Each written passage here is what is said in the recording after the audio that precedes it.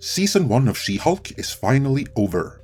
And while the entertainment media complex and She-Hulk creative team are high-fiving each other over the whole series being nothing but a middle finger to what they label as toxic fans, the reality is that not nearly as many of those toxic fans they were proudly sticking it to actually stuck with the series. When asked about the prospects for more seasons, Tatiana Maslany expressed doubt.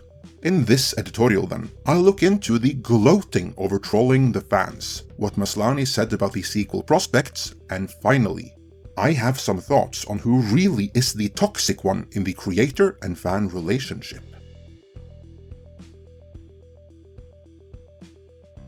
Let's begin with looking to the Variety article, She-Hulk team explains the fourth wall breaking finale and delivering an FU to toxic Marvel trolls. They begin with summarizing the series. Throughout She-Hulk, Attorney at Law, Jennifer Walters aka She-Hulk repeatedly breaks the fourth wall by not only directly addressing the camera, but acknowledging that she exists in a Marvel Studios superhero TV show. In the season finale, pointedly titled Whose Show Is This?, Jennifer smashes out of the show entirely, jumping through the Disney Plus portal to confront the writers of the show about why the finale is so needlessly convoluted with extraneous, nonsensical plot points, including one about a cabal of toxic fanboys who troll Jennifer online about being a female superhero who doesn't deserve her powers. Right there, you see the strawman argumentation they are setting up for use right off the bat. Now remember, She-Hulk is a legacy character with a huge established fanbase. That is, after all, why so much more fan attention and discussion has been devoted to She-Hulk compared to other Marvel Disney Plus series. With She-Hulk, there is an active fanbase that cares and wants to see the series do the character justice.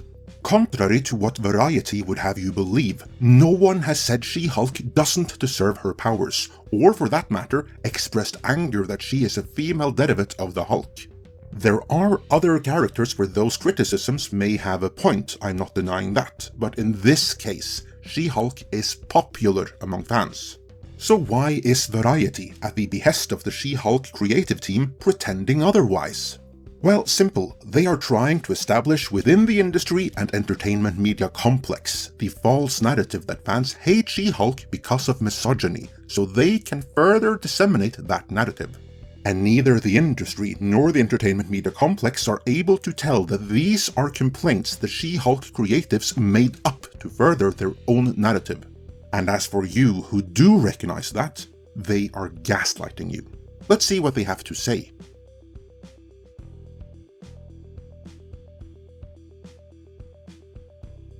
Variety asked the loaded question, were you expecting to face the trolls when you signed on for the show? To which Tatiana Maslany answered, reading the script, it was so true. There's so much resistance to a woman just existing in that space of superheroes.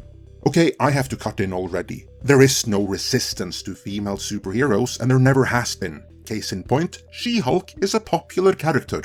What there is resistance to is female superheroes for purely ideopolitical purposes being portrayed as innately superior to male superheroes, while the male superheroes in their presence instantly become inept, bumbling fools whose only purpose is to demonstrate how inferior they are so the female superhero can shine.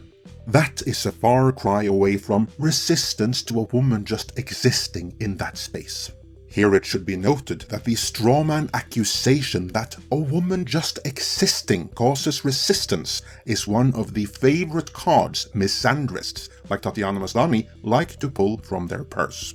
Having pulled that card, Maslany continues, I sort of anticipated it. It's why I also feel it's important. There's such an entitlement to space held by certain people, and to even exist as She-Hulk is like a fuck you, and I love that. You hear that, fans of the She-Hulk comics? You, who will naturally be excited for a She-Hulk series? Tatiana Maslany considers you to be entitled, and she sees She-Hulk as a big fuck you to you. Variety also asked her. The finale tackles some of the exact same trolling comments that Marvel fans have been making. No they haven't, but moving on. How did it feel to watch that happen as the show aired, knowing how the finale would turn out? To which she responded, "Showrunner Jessica Gao is a genius and knows about the culture we're living in and her position in it when she's writing these stories about a woman superhero. She knows what that response is going to be."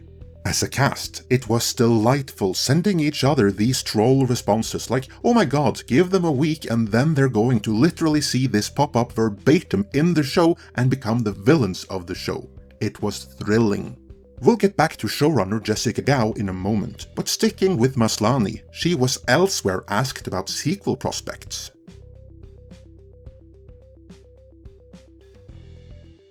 There were rumors that initially multiple seasons had been planned for She-Hulk, but if there were such plans, the reportedly awful and declining viewing figures may have thrown a wrench in them. When asked about Season 2 plans by Extra TV, Maslany said, I don't think so yet. Kevin in the scene seems to be very dismissive of this idea, so if we're basing off of the real Kevin, it doesn't seem likely. But he was also, I think, just trying to get rid of Jen because she was asking too many questions. I don't know. If I could be coy and have some little secret, I would do that. But I really don't. I don't know anything. To be clear, of her rambling answer, the final part is the only thing that matters. The star of the show doesn't know if there will be a Season 2.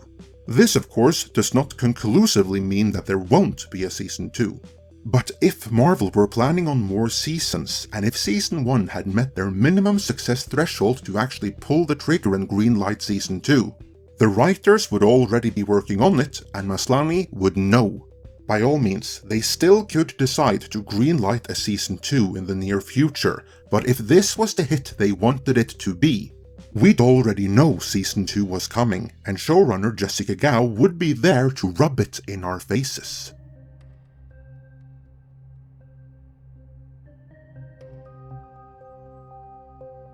Going back to the Variety piece, they asked showrunner Jessica Gao how did it feel to accurately predict what the trolls would be saying, which, for the record, they did not. Not a single one of the complaints directed at She-Hulk within the series reflected the actual fan complaints leveled against the series by the fans. The She-Hulk writing team were completely and utterly dead wrong. If you don't believe that, compare the on-screen complaints with what has been said in our reviews and discussions, which you'll find on Midnight's Edge Live archives, or indeed what has been said by any of your other favorite YouTubers. But again, gaslighting the fans and deceiving the industry in order to further a false narrative, Jessica Gao lied. Our writers' room opened 3 years ago. The fact that we were able to predict what the reaction was going to be, what a lot of the trolling comments were going to be, really shows how very tired and unoriginal these trolls are. But then she stopped lying and said something that is absolutely true. That really tickled me, because the little troll that lives inside of me really loves trolling the trolls.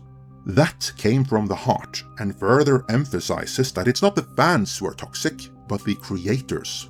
Think about it, the only times when allegations about toxic fans are raised is when a new breed of creators get their hands on an established franchise and subvert it, infusing divisive ideopolitical messaging into it.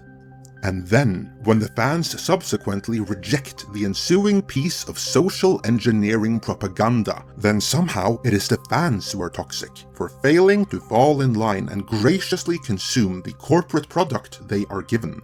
Well, I reject that narrative. It is not the fans, but some of these creators who are toxic.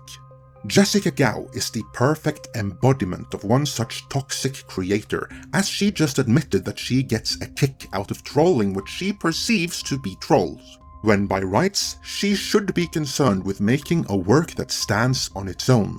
In She-Hulk, she did no such thing. Remove the Hollywood perception of the fans and discourse surrounding the series, and what's left makes very little sense. To any international audiences not part of the discussion, the series will make no sense, and it will certainly not stand the test of time. That is what happens when you let toxic creators run free. and when you fill these series with a toxic cast, which is what Tatiana Maslany, through her comments, has revealed herself to be. Let me know your thoughts on this in the comments.